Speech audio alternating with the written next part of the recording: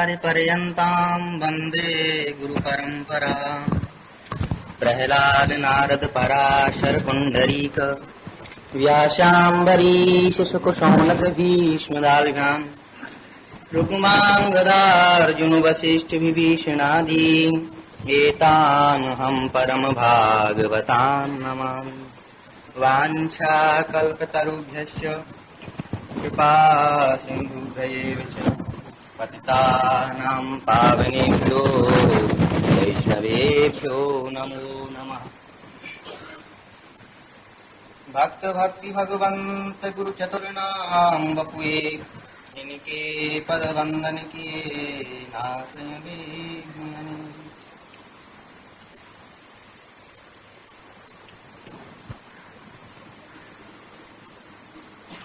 अयोध्यानाथ भगवान की, श्री राधा रानी की, गोस्वामी श्री नाभाजी महाराज की, श्री प्रियादास जी महाराज की, श्री भक्तमाली जी महाराज की, सदगुरुदेव भगवान की, आज के आनंद की। जय जय श्री राम, जय जय श्री राधे, जय जय श्री राधे।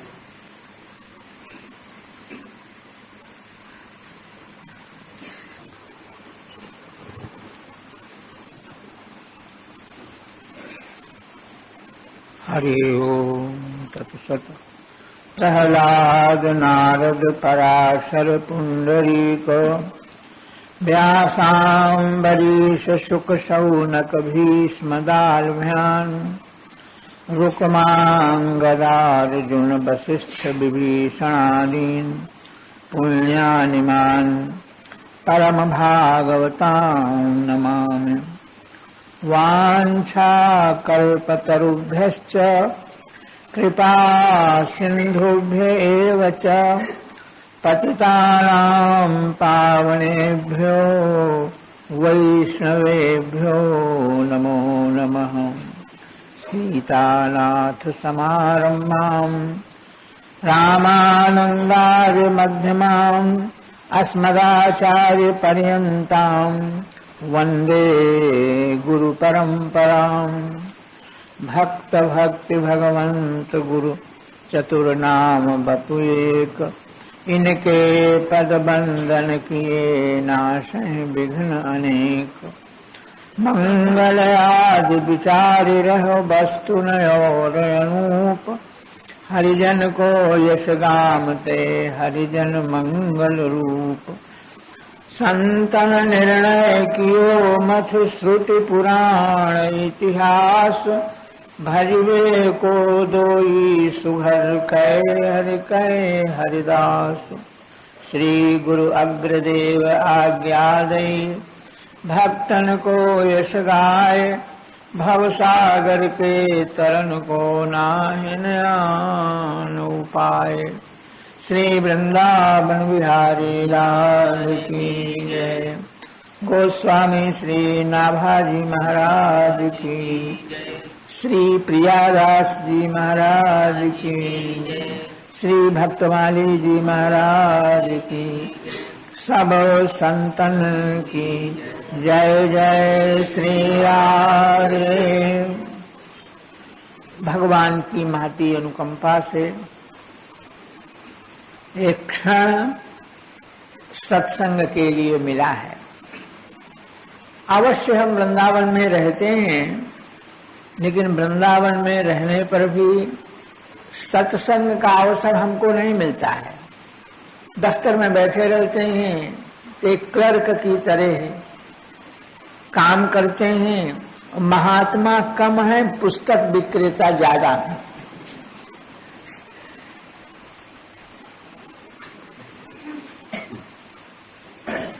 इसकी अपेक्षा वृंदावन से गुजरात चले जाएं तो गुजरात में बहुत ज्यादा समय मिलता है।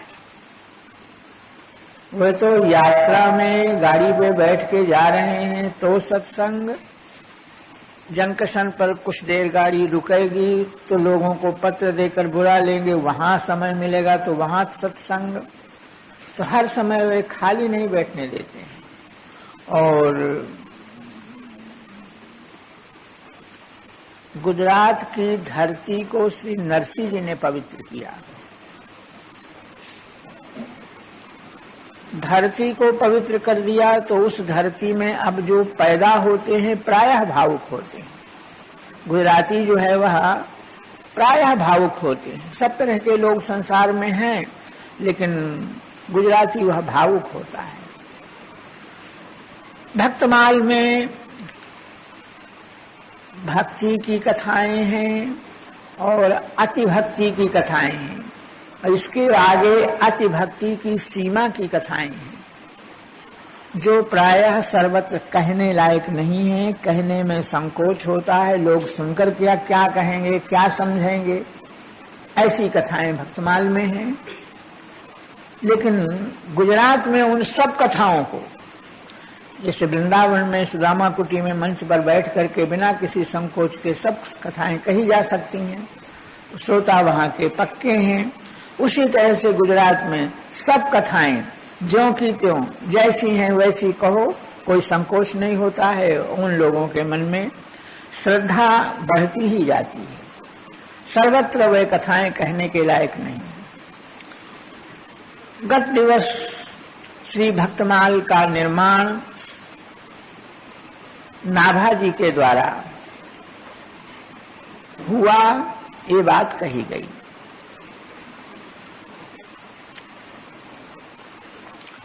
भक्तमाल के बाद श्री गोस्वामी नाभाजी महाराज भगवान के धाम को चले गए, और उसके 100 बरस बाद उन्होंने यह विचार किया कि भक्तमाल पर कोई टीका होनी चाहिए। बिना टीका के कोई ग्रंथ स्पष्ट नहीं होता है, और इसलिए जिस ग्रंथ की टीकाएं विद्वानों ने की हैं, वे ग्रंथ आज अच्छी तरह से प्रचलित हैं। जिस ग्रंथ की जितनी टीकाएं हुई, गीता की सबसे ज्यादा टीकाएं भाई, देश में विदेश में हर भाषा में गीता की टीकाएं हुई, इसलिए गीता का महत्व जो है वह बढ़ा। भक्त लोग शास्त्र को सत शास्त्र बनाते हैं, कर्म को सुकर्म बना देंगे। सच्छास्त्री कुर्वन्त शास्त्राणि, तीर्थी कुर्वन्त तीर्थानि। भगवत भक्त तीर्थों को और तीर्थ बनाने वाले होते हैं। शास्त्र को जब वे पढ़ते हैं, उसके भावों को स्पष्ट करते हैं, तो वह शास्त्र सत शास्त्र बन जाता है। इसलिए ऐसा विचार करके 100 बरस बाद गोस्वामी श्री नाभाजी ने प्रियादास को दर्शन दिया। इस बात को अपनी टीका की भूमिका में श्री प्रियादास जी ने लिखा है। महाप्रभु कृष्ण चैतन्य मन हरण जू के चरण को ध्यान मेरे नाम मुख गाइए। ताही समय नाभाजू ने आज्ञा दई लई धारी, टीका विस्तारी भक्तमाल की सुनाइए। जानो निज मत पे सुनो भागवत सुख, द्रुमनि प्रवेश कियो ऐसे ही कहाइए। श्री प्रियादास जी कहते हैं कि एक बार मैं आसन पर बैठ करके महाप्रभु कृष्ण चैतन्य मनहरण का ध्यान कर रहा था। ये श्री प्रियादास जी राधा रमणीय गोसाई मनोहर दास जी के शिष्य थे। लिखते हैं कि मैं नाम जप कर रहा था और महाप्रभु कृष्ण चैतन्य का ध्यान और अपने गुरुदेव मनोहर दास का ध्यान, यह सब करते हुए नाम जप रहा था। उसी समय नाभाजी ने दर्शन दिया, 100 बरस बाद दर्शन दिया। गीता का वाक्य है कि न मे भक्तः प्रणश्यति।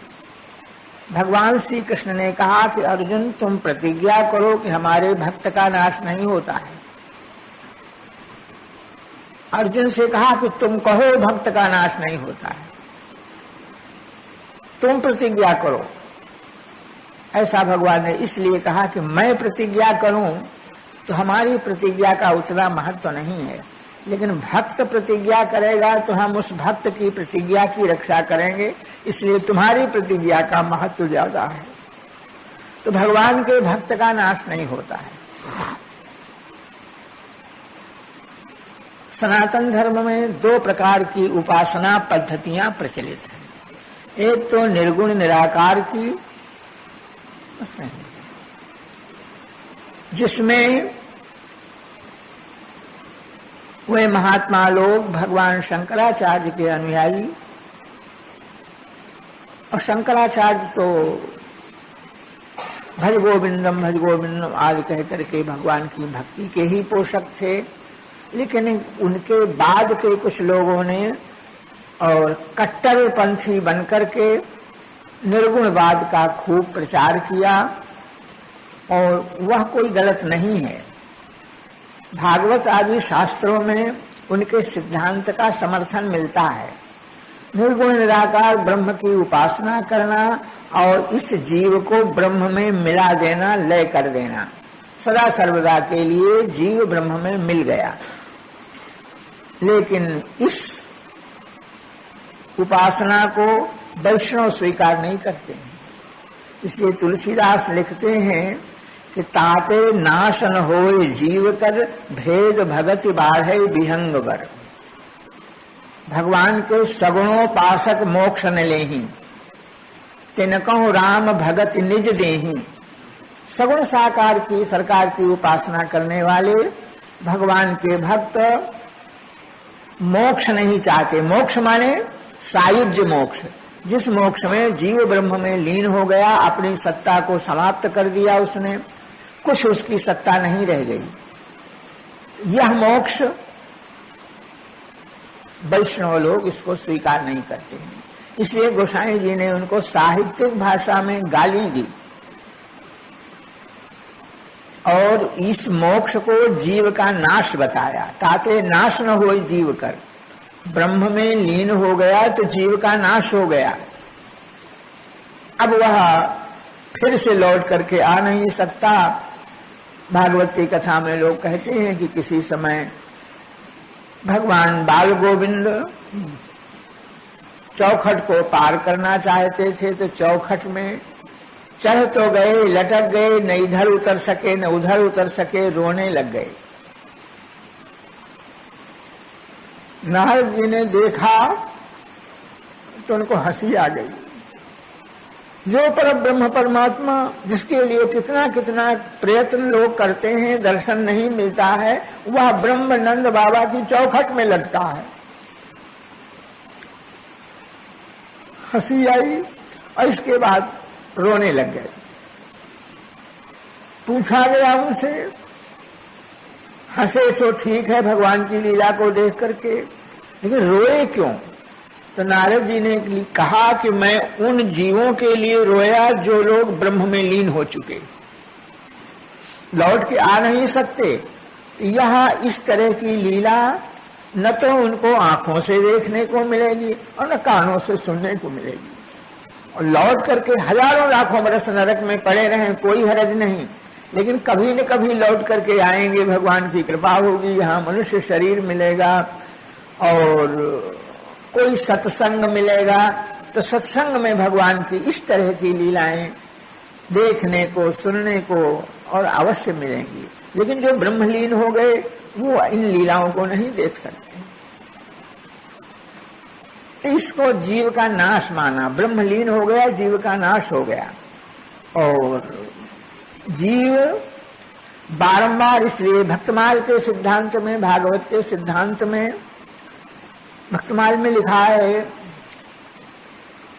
अंधी अंबुज पांश को जन्म जन्म हो जांच हूं।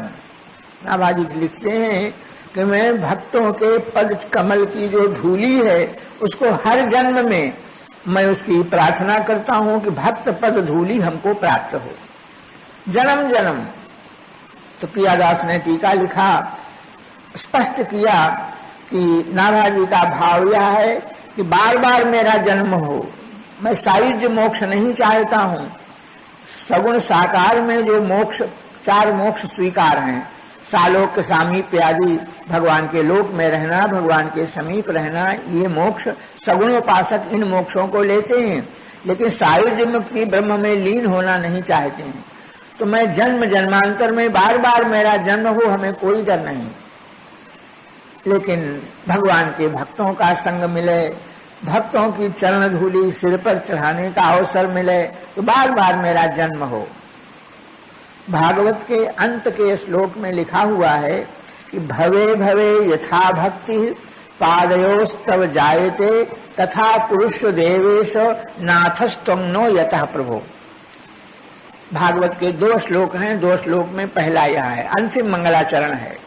भवे भवे अर्थात जन्म जन्म में, जिस तरह से जन्म जन्मांतर में और आपके चरणों में भक्ति हो, भवे भवे यथा भक्ति पादयोस्तव जायते,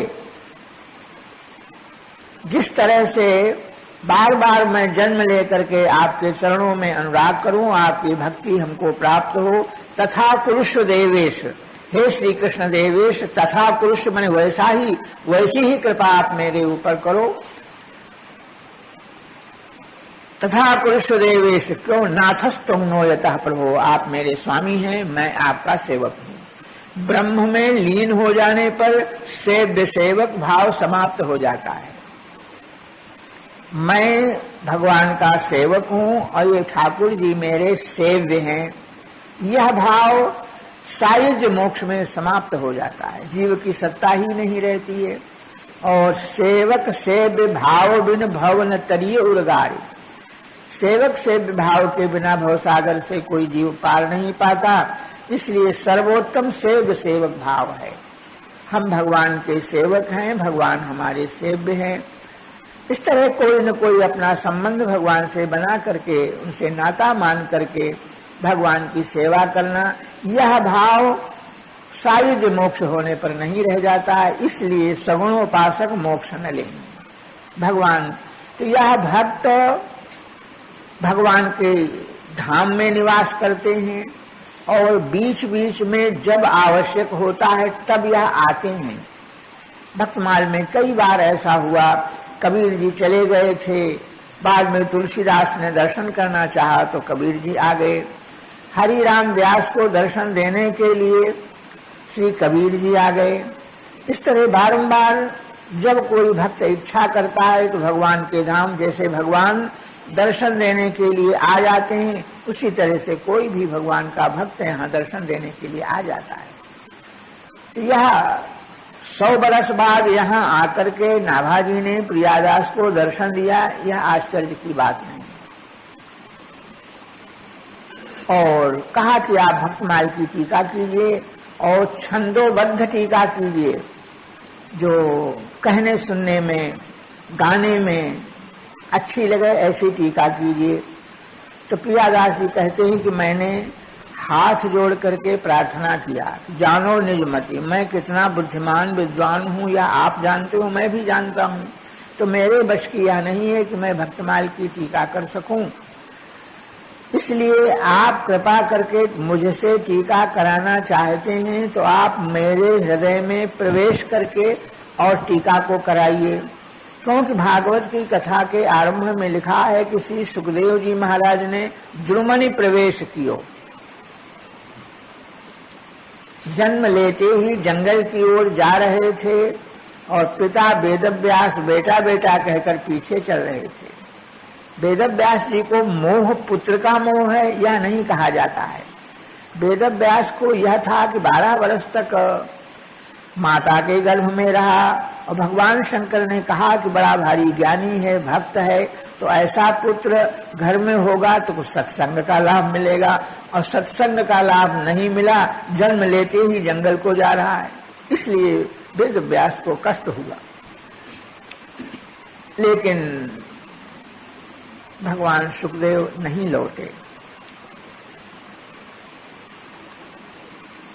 यह भी लिखा है कि आगे चलकर एक सरोवर पर कुछ माताएं देवांगनाएं स्नान कर रही थी और नग्न स्नान कर रही थी, वस्त्र अलग रखे थे। सुखदेव जी चले गए और उसके पीछे से जब वेदव्यास भगवान को आते देखा तो उन देवांगनाओं ने अपने वस्त्र पहन लिए। लौट करके वेदव्यास ने पूछा कि अभी अभी बालक जिसकी अवस्था 16 वर्ष की सी लग रही है, 16 वर्ष का सा है, उस बालक को देख करके तुमको लज्जा नहीं लगी? और मैं बड़ा बूढ़ा, बहुत कितने दिनों का बूढ़ा, मुझे देख करके तुम लोगों को लज्जा लगी, ऐसा क्यों? तो उन देवांगनाओं ने बताया कि भगवान, यद्यपि आप ज्ञान वृद्ध हैं, वयोवृद्ध हैं, इसमें संदेह नहीं, आपका ज्ञान परिपक्व है, अवस्था आपकी परिपक्व है, लेकिन आपके मन में यह स्त्री है, यह पुरुष, यह भेद बना हुआ है, ये आप जानते हो। लेकिन आपके पुत्र सुखदेव जो अभी यहाँ से होकर के निकले, उनके मन में जन्म लेकर के अभी यहाँ तक आए हैं, कौन स्त्री शरीर है, कौन पुरुष शरीर है, यह भी उनको पता नहीं। तो ऐसे बालक, जिस तरह अत्यंत छोटे बालक से माता को कोई लज्जा नहीं होती है, उसी तरह से सुखदेव को देख करके हमें कोई लज्जा नहीं।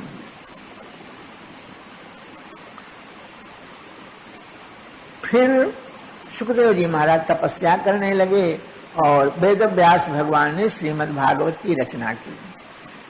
वेदव्यास, वेद का उन्होंने व्यास माने विस्तार किया, एक के 4 वेद बनाए, इसलिए कि लोगों के लिए सुलभ हो जाए।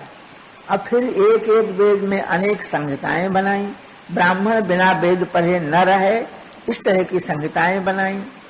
इसने पर भी संतोष नहीं हुआ तो वेद का, क्योंकि उसमें वेद के लिए सभी को अधिकार सनातन धर्म की पद्धति में नहीं है। जिसका यज्ञोपवीत हो, संध्योपासन करे, वह वेद पढ़ सकता है। तो जो लोग स्त्री हैं, शूद्र हैं और द्विज बंधु हैं तो ब्राह्मण, लेकिन संध्या नहीं करते, ब्राह्मणत्व से गिरे हुए हैं, ऐसे लोग वेद के अधिकारी नहीं हैं। उन पर कृपा करके वेदव्यास भगवान ने महाभारत की रचना की 1 लाख श्लोकों में, और यन्न भारते तन्न भारते, कोई ऐसा विषय नहीं छोड़ा जिसका महाभारत में वर्णन न किया गया हो।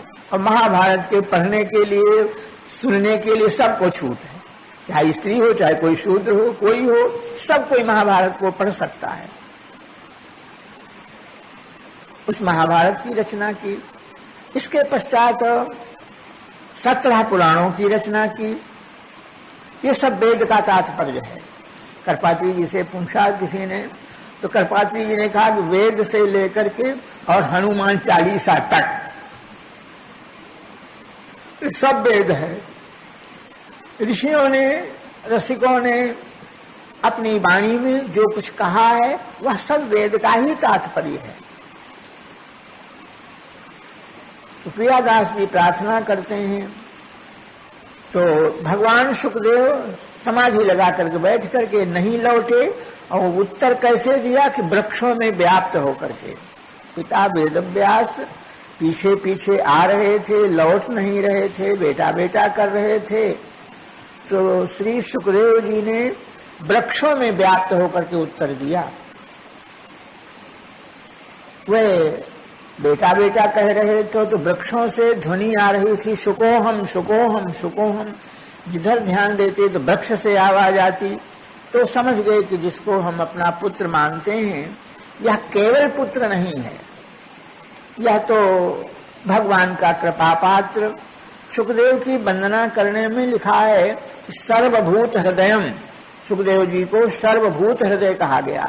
तो सब प्राणियों का हृदय कोई मनुष्य नहीं हो सकता, जीव नहीं हो सकता, सब प्राणियों का हृदय तो परमात्मा होता है। तो सर्वभूत हृदय कह करके सुखदेव की वंदना की गई। तो सुखदेव जी सर्वभूत हृदय हैं। समाधि लगा करके बैठ करके भजन अपना करने लगे। श्रीमद् भागवत की रचना हो गई तो किसको पढ़ावें? परमहंस संहिता श्री भगवत भागवत पढ़ाने के लिए कोई योग्य ब्राह्मण शिष्य सामने दिखाई नहीं पड़ता था। बार बार आपका मन सुखदेव की ओर जाता था। यह जैसा दिव्य ग्रंथ है, नारद जी की प्रेरणा से हमने इसको लिखा है, इसमें विशुद्ध भक्ति का निरूपण हुआ है और इसको पढ़ने के योग्य केवल सुखदेव है। लेकिन सुखदेव समाधि लगाए हुए बैठे हैं। तब आप अपने शिष्यों को आपने श्रीमद् भागवत के बहुत से श्लोक याद करा दिए और कह दिया कि तुम लोग जंगल में जाते हो तो इन श्लोकों को गाया करो। तुम कहते हो जंगल में डर लगता है, इन श्लोकों का गान करोगे तो जंगल में तुमको डर नहीं लगेगा, कोई हिंसक जंतु तुम्हारे समीप नहीं आएगा। इन श्लोकों का गान किया करो। तो व्यासदेव के शिष्य जंगल में जाते तो जहाँ सुखदेव जी तपस्या करते थे वहां भी जाते, समिधा के लिए, पुष्प के लिए, पत्तों के लिए घूमते तो भागवत के श्लोकों का गान करते। तो एक दिन किसी व्यास शिष्य के मुख से श्री सुखदेव जी महाराज ने प्रसिद्ध श्लोक सुना, वराहपीडम नटवर पपुः, इस श्लोक को सुना। इस श्लोक में भगवान श्री कृष्ण की सुंदरता का वर्णन है। सुखदेव जी का मन चलायमान हो गया, इतने सुंदर है श्री कृष्ण, इतने सुंदर हैं। तो मन में आया कि चल करके भगवान का दर्शन करें, समाधि को छोड़ें। लेकिन बाद में ध्यान आया कि जो बहुत सुंदर होते हैं तो प्रायः उनका स्वभाव अच्छा नहीं होता है, तो केवल सुंदरता पर नहीं रीझना चाहिए, स्वभाव उनका कैसा है यह जाने बिना अपनी साधना नहीं छोड़नी चाहिए। कुछ दिनों के बाद पुनः व्यास शिष्यों के मुख से एक ऐसा श्लोक सुनने को मिला जिसमें श्री कृष्ण के स्वभाव का वर्णन है। यह श्लोक कंसवध के समय सभा में जब भगवान उपस्थित थे, सभा में बैठे लोगों ने ब्रज गोपियों का वर्णन किया और कहा कि वे धन्य हैं गोपियां जिन्होंने इन श्री कृष्ण का बचपन से ही दर्शन किया। या दोहने वहनने मथनोपलेप प्रेंखेंखनार्भ रुदितो क्षण मार्जनादौ गायन्ति चैन मनुरक्त धियोश्रु कंठ्या धन्या ब्रजस्त्रीय उरुक्रम चित्तयाना। उस सभा में ये श्लोक किसी भक्त ने पढ़ा और कहा कि वह ब्रज की गोपियां धन्य हैं। कौन ब्रज की गोपियां? जो गाय का दोहन करते समय, घर में धान्य को कूटते समय, पीसते समय, आंगन में चौका लगाते समय, छिड़काव करते समय, रोते भये बालकों को चुप कराते समय, वह भगवान के प्रेम में निमग्न होकर के भगवान का कीर्तन करती थी। चरित्र का कोई एक वाक्य ध्यान में आ गया और उसको बार बार उसी को रटती रहती, प्रेम से गाती रहती। कोई भी वाक्य किसी वाणी का हो, आप उसको जितना अधिक घोटेंगे, जितना अधिक गावेंगे, उतना ही अधिक रस का अनुभव उसमें होगा। क्योंकि रसायन है, रसायन जितने घोटते हैं उतने गुण उसका बढ़ता है।